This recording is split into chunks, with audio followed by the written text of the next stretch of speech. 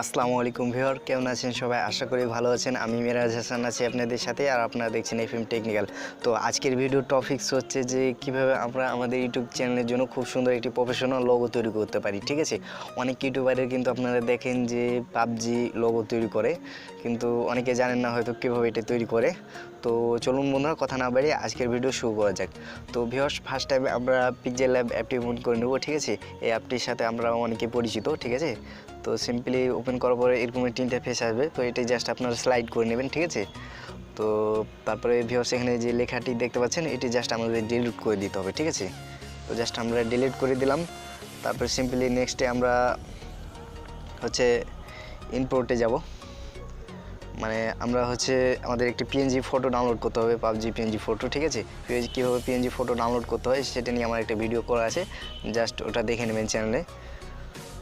আর Chrome বাজারে search দিলেই পেয়ে যাবেন, গুগল ক্রোম বাজারে বা গুগলে। ঠিক আছে, তো সিম্পলি এটি ওপেন করার পরে এরকম একটি ইন্টারফেস আসবে। তারপরে আপনারা এই ফটোটি সিলেক্ট করে নেবেন, পাবজি ফটো। ঠিক আছে, তো সিম্পলি জাস্ট আমি এই ফটোটি নিলাম। ঠিক আছে, তো ভিউয়ার্স এটি আপনারা সাজিয়ে নেবেন আপনাদের প্রয়োজন মতো। ঠিক আছে, তো তারপরে সিম্পলি ভিউয়ার্স আমরা এখানে স্টক নামে একটি অপশন দেখছেন, জাস্ট এটিকে ওপেন করবেন। ওপেন করার পরে এটিকে ইনেবল করে দিবেন। ঠিক আছে, তারপর এখানে টিক চিহ্ন দিয়ে দিবেন। তো তারপর ভিউয়ার্স নেক্সটে আমাদের হচ্ছে একটু প্রয়োজন মতো সাজিয়ে নেব। তারপরে আমরা এটিকে লক করে দেবো। ঠিক আছে, তাহলে নড়াচড়া করবে না। তো তারপরে সিম্পলি ভিউয়ার্স আমাদের ব্যাকগ্রাউন্ড কালারটি চেঞ্জ করতে হবে। তো আমি জাস্ট সিম্পলি হচ্ছে একটা ব্যাকগ্রাউন্ড কালার নেই, তো জাস্ট এই কালারটা দিলাম। ঠিক আছে, তো ওকে করে দিলাম। তো তারপরে ভিউয়ার্স নেক্সটে আমাদের হচ্ছে এই যে স্ন্যাপস নামে একটা অপশন দেখছেন, জাস্ট এটিকে ওপেন করবেন। ওপেন করার পরে ভিউয়ার্স সিম্পলি এখানে একটি ঘর মতো নিয়ে নেবেন, মানে এখানে আপনাদের চ্যানেলের নামটি লেখার জন্য। ঠিক আছে, তো জাস্ট এটি আপনাদের প্রয়োজন মতো সাজিয়ে নেবেন।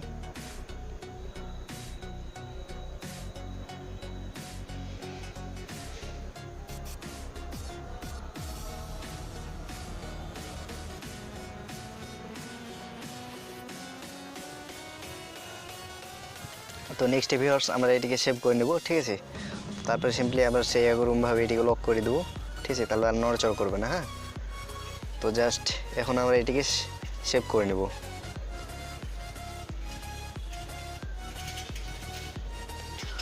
তো ভিউয়ার্স এটি সেভ হয়ে গেল। এখন জাস্ট আমরা আবার একটা নতুন ব্যাকগ্রাউন্ড নেব। ঠিক আছে, তো তারপরে সিম্পলি আমরা লেখাটি আবার ডিলিট করে দেবো। তারপর আমরা নতুন টেক্সটে যাব। তো জাস্ট এখানে আমরা লিখব, আপনারা আপনাদের চ্যানেলের নাম লিখবেন। ঠিক আছে, আমি জাস্ট লিখছি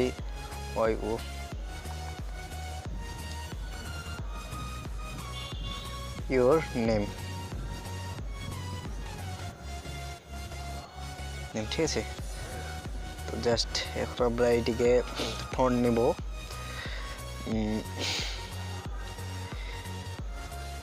তো ভিউয়ার্স এই যে ডেজ নামে এই ফন্টটি দেখতে পাচ্ছেন, তো জাস্ট এটি সিলেক্ট করবেন। ঠিক আছে, তো এটিকে একটু বড় করে নেবেন।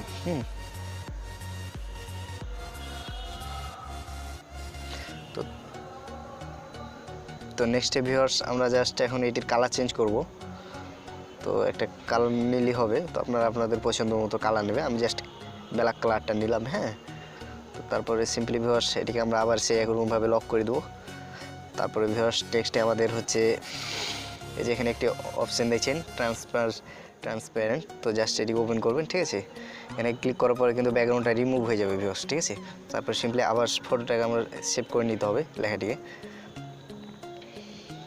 তো ভিউয়ার্স সেভ হয়ে গেল।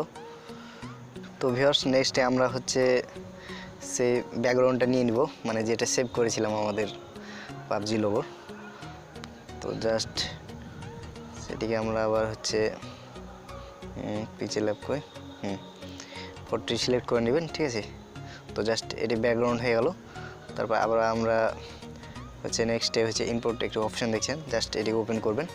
ওপেন করা হচ্ছে এই যে আমরা পিক্সেল লেভে যাব, ঠিক আছে। তারপরে এই যে কালো হয়ে আছে, জাস্ট এটি ব্ল্যাক কালার, তো ওই কারণে কিন্তু জাস্ট একসাথে মিশে গেছে। সিম্পলি ভিউয়ার্স এখানে আমরা এখন এটিকে বসিয়ে দেবো।